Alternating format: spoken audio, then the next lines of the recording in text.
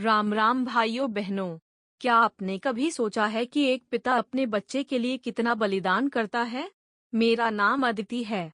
चलिए कहानी शुरू करते हैं। अदृश्य बलिदान।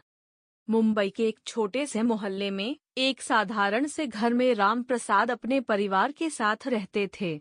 उनका घर एक किराए का कमरा था, जहां 3 लोग, राम, उनकी पत्नी सुमित्रा और बेटा आकाश, सपने संजोते हुए रहते थे।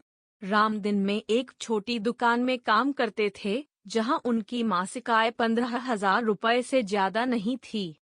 आकाश एक होनहार छात्र था। उसकी आंखों में चमक थी और दिमाग तेज।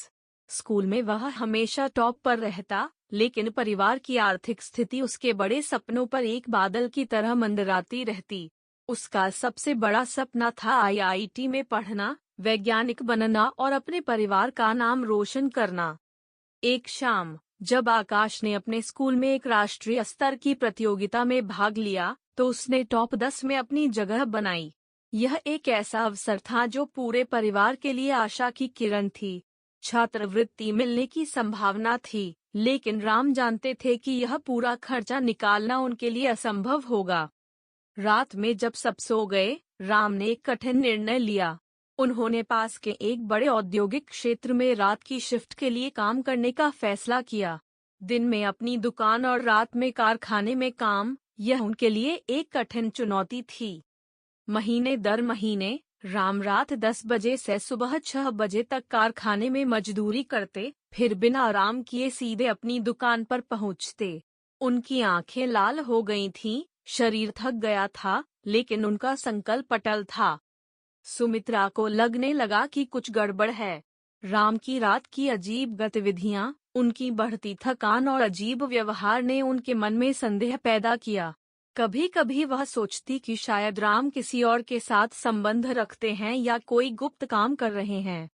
एक रात, जब राम थके हुए घर लौटे, सुमित्रा ने सीधे उनसे पूछ लिया, तुम क्या छिपा रहे हो? मुझे सच बताओ। उनकी आवाज में गुस्सा था, लेकिन साथ ही डर भी।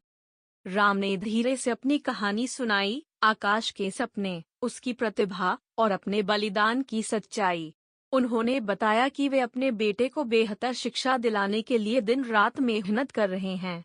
सुमित्रा के आंखों से आंसू निकल पड़े।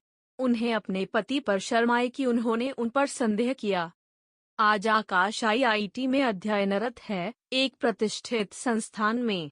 हर बार जब वह अपने पिता से मिलता है, तो उसकी आंखें कृतज्ञता से भर जाती हैं।